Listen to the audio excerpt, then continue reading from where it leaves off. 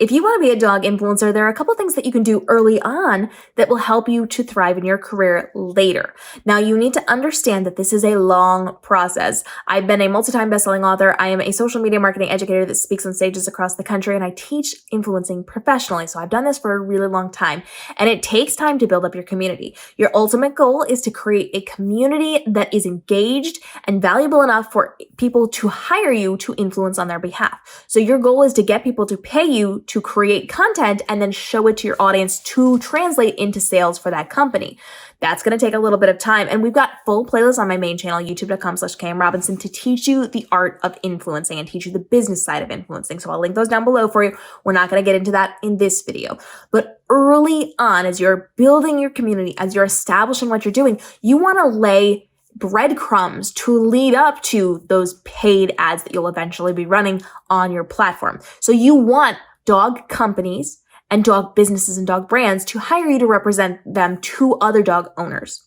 So you need to get your platform ready now. If out of the blue you start doing ads, your audience is not likely going to be well receptive of that. If you've just been creating good, valuable content for them and they love what you're doing, but all of a sudden it's just marketing, all this stuff, that's going to rub most people the wrong way. So you want to make sure you're doing that all along. You want content that feels like it could potentially be an ad for a company or for a product or for a service, even though they didn't hire you for it.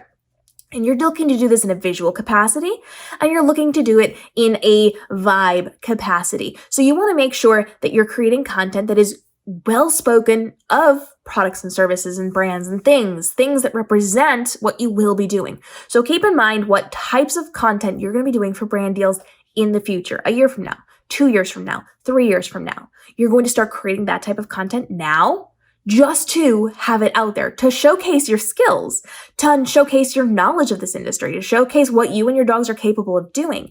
And this also helps to get the eye of potential companies. So if your dog is playing with their brand new Frisbee and they're holding it so that the logo is out perfectly, get the photos and get the videos. You might not be able to work with a big brand right now, but having yourself on their radar by tagging them in these things, by showing off your content creation skills, what you can be doing, your storytelling skills, your informational skills, your educational skills, that not only prepares your audience for what's coming in the future, but it shows a really good backlog of what you've done in the past. And you might be able to get their attention for future notice as well. You want to be on companies' radars as much as possible.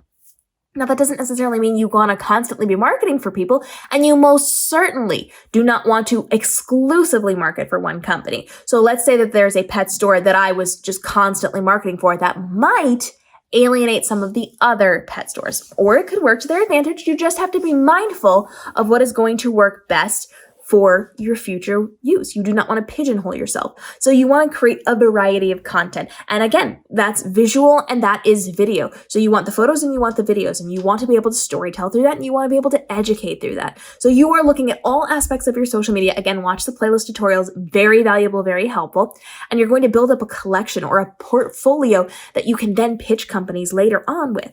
You want to use big name companies. You want to use small name companies. You don't even have to use like brand name anything. If you have a leash that you have and you don't even know what company it's from, and you want to create content that highlights that leash, do it. Create that as if it were going to be a commercial that you were going to create for a brand, and just have that quality content out there. That's going to be a really good, valuable tool for you to show companies what you're capable of. So even if it's not something people can go buy, even if it's not something you sit there and talk about by brand name, you now have the availability to show companies and just show your viewers what you are able to do.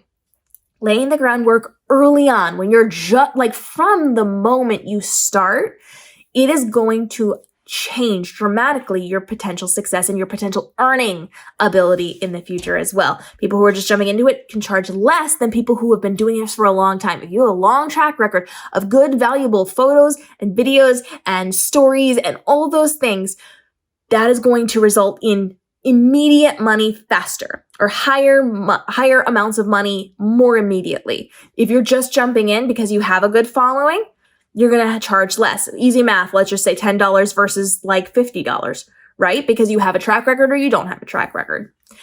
Lay the groundwork now.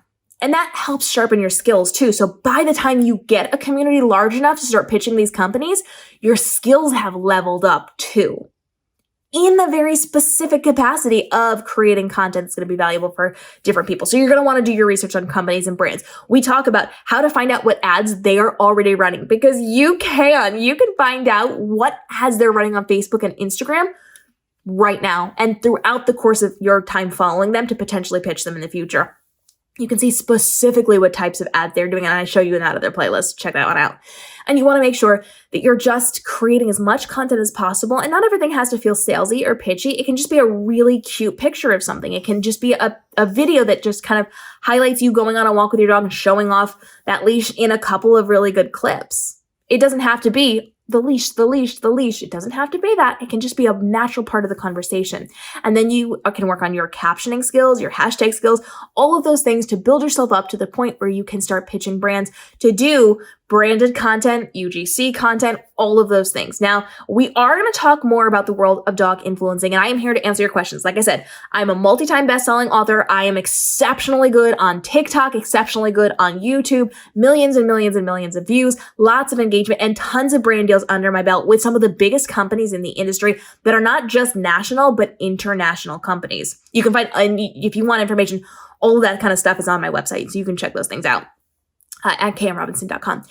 But drop your questions down below, because I want to dig deep into what you need to succeed, what questions you have, what fears and frustrations you have. Because I can teach you for days and days and days and days, but I want to focus on what's going to help you the most right now. Drop the questions, drop the comments, let's have the conversations, and you can watch in real time as I'm building up my doggy influencer platform. I'm an influencer as an author. I'm an influencer as a social media strategist, and I do really, really well with those brand deals. But now we're doing it for my pups. And you can watch me build it real time as we're doing this. And I'm going to break down here on my Instagram stories what we're doing so you can do it as well. My girls have already had many requests, and we're a small account. We're not very big yet. We've gotten lots of brand deal requests. We've gotten things sent to us. We've had lots of offers. We've turned a lot of offers down. We can talk about why we turn offers down. My gosh, I turn down 90% of the people that come to me. If you want to know why, let me know.